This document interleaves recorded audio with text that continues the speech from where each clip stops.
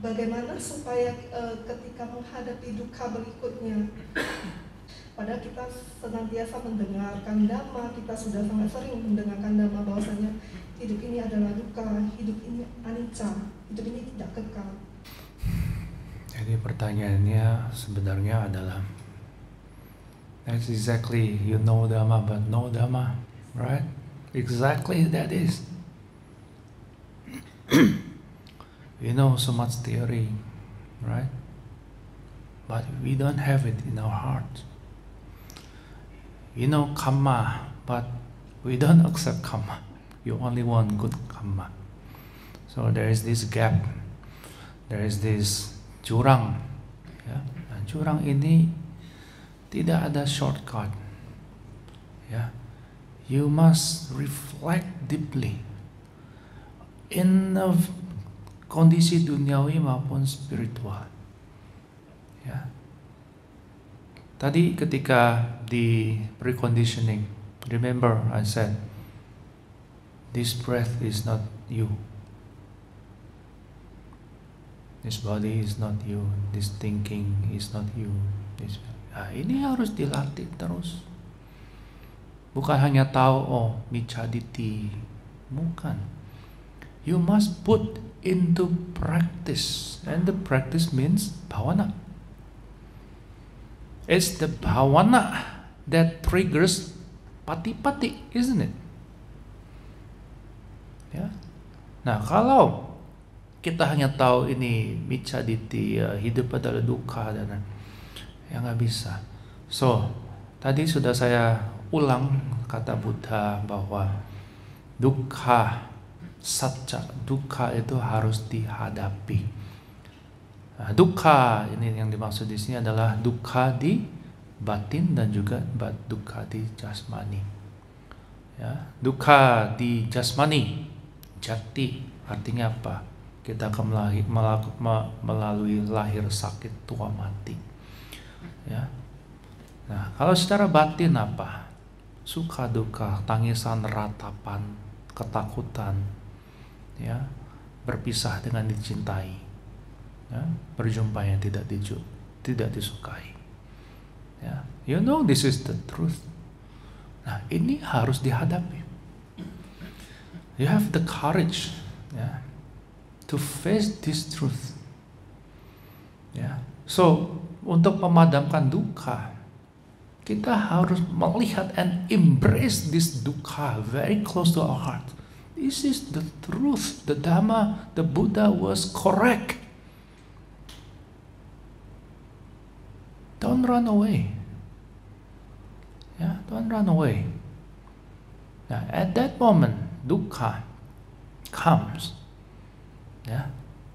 Kalau sekarang kamu ingat-ingat, dukkha itu juga masih bisa muncul karena ada di sannya, ada di perception, ada di memory. The same uncomfortableness, ya, discomfort juga masih terekam di sini. Ya. Kalau kamu ingat-ingat, mungkin di sini tegang, di sini apa, ingin nangis, ingin marah, semua masih terekam, ya kan? So, if you have sati and panya, munculkan itu. And then see, this is anicca, dukkham, anatta. Anicca, ya. Dukkham, anatta. Rupam, anicca, rupam, anatta. Vedana, anicca, vedana, anatta. Sanya, anicca, sanya, anatta, dan seterusnya. Hadapi dia. Dan untuk have the courage to hadapi ini, dan you need pancabala. You need wirya, you need adithana. Ya. Nah, untuk bisa menghadapi ini, in real life, when you have problem, what do? You look for help, you run away, lagi pusing, you close your eyes, you close your ears, or whatever. Nah, itu yang akan selalu menang, your daily habits. Itu sebabnya saya bilang, kalau kita mau menghadapi dukkha, the real dukkha, we must change our daily habits when dukkha comes. Lagi pusing apa? Dengan lagu, ngoceh, buang sampah ke orang, kongko-kongko. In meditation, nobody will hear you. Only you akan bising sendiri dengan ocehanmu, right? So, Bahkan hal-hal yang tidak melanggar sila, yang membuatmu nyaman, yang membuatmu bahagia, sukses, plong hatinya, itu akan menghambat jalan muliamu. Do you realize? Yeah? So if you want to walk in the Dhamma way, you must embrace dukkha. Yeah? Not just you, everybody here is the same.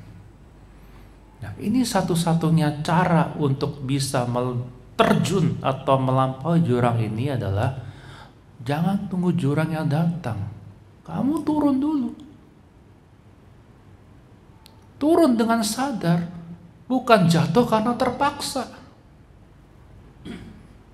Bangkit lagi, turun lagi. Mana akar dari penderitaan ini? Jangan tertunggu terpaksa sakit, terpaksa tua, terpaksa mati, baru datang dengan batin tak terlatih untuk menghadapi sabe sangkara anicca. Nggak bisa. So every day, just see aniccam dukkham anattam. When you work with people, see anicca dukkha anatta. When you deal with a husband, your children, the one that you love very dearly, yeah, see everything juga anicca. But because of anything anicca, because everyone is dukkha, then you generate compassion. Bukan run away. Ya, you generate compassion. Apapun yang kontak dengan indera kita, hanya metta yang muncul.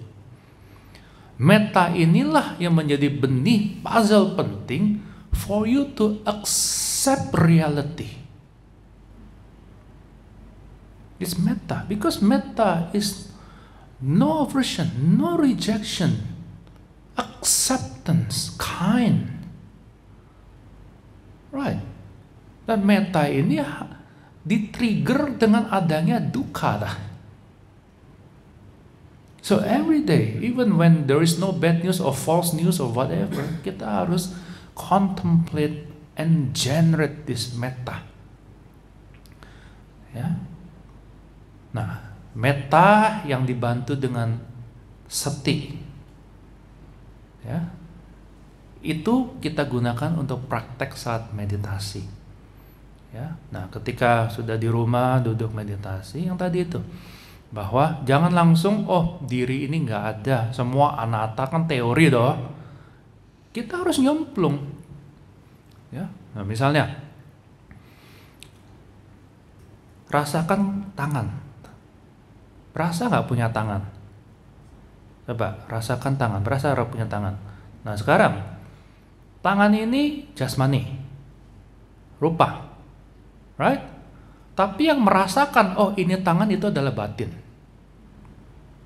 Ya, nah kita harus mulai mengenali dukkanya itu di jasmani apa di batin.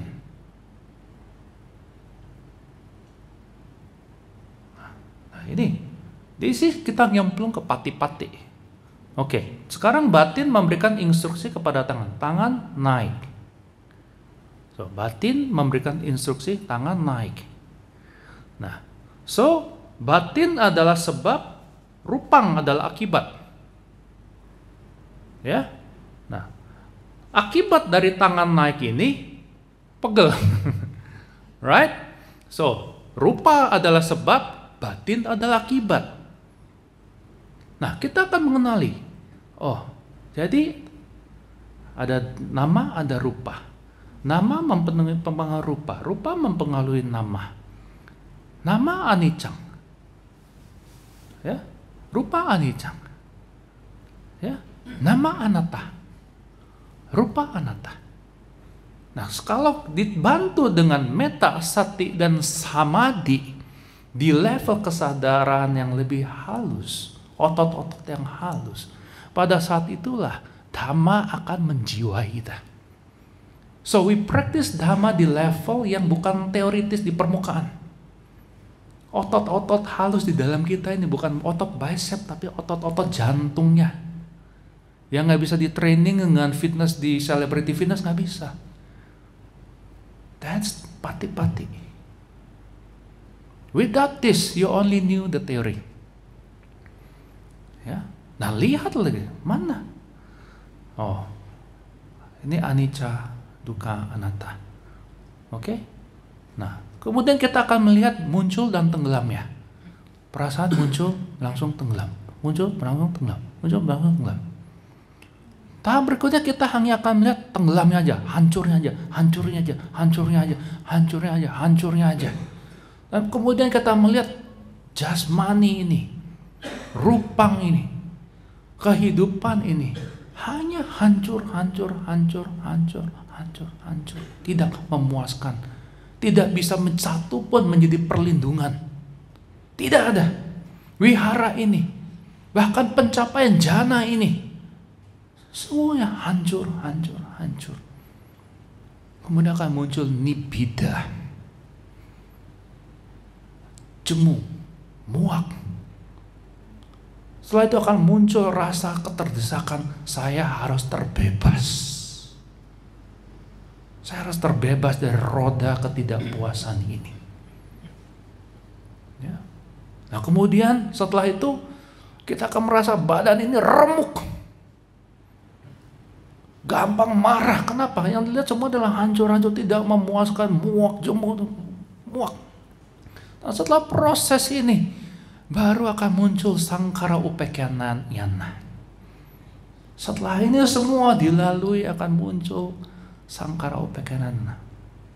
Itu tahap ke-12. Tenang, seimbang. Apapun yang muncul, tahu hanya mengetahui, dengar hanya mendengar, lihat hanya melihat, rasa. Ya. Kemudian akan masuk ke anuloma. Ya. The knowledge dari vipassana nyana dari 1 sampai 11 ini akan sinkron semua. Ya, ditambah dengan 37 pak bodhipakkhya dhamma akan menjadi satu begitu kuat sehingga kita boom, gotrabu.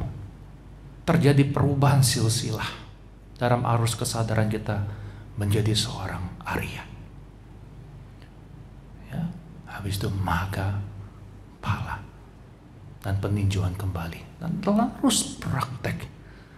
All it needs is dukkha. So you have to use that dukkha to seal the root. Yeah. And to walk the path. Don't run away. Without that, you cannot be Sotapanna. You see? So it's a good thing. You see the truth, but you don't accept it yet. Ya, ini yang saya maksud dengan bersamwega dan beraditana. Kuncinya adalah dukkha with wisdom. What should you do next when it happens? You bring Dhamma to your heart. That's your key to escape samsara, isn't it? Yeah. That's the only way. And it will happen to everybody. But sebagai praktisi Dhamma, we see dukkha differently. Yeah. When you see dukkha, you see Dhamma. When you see Dhamma, you see the Buddha. Put that in your heart dan berjuang. Hanya itu.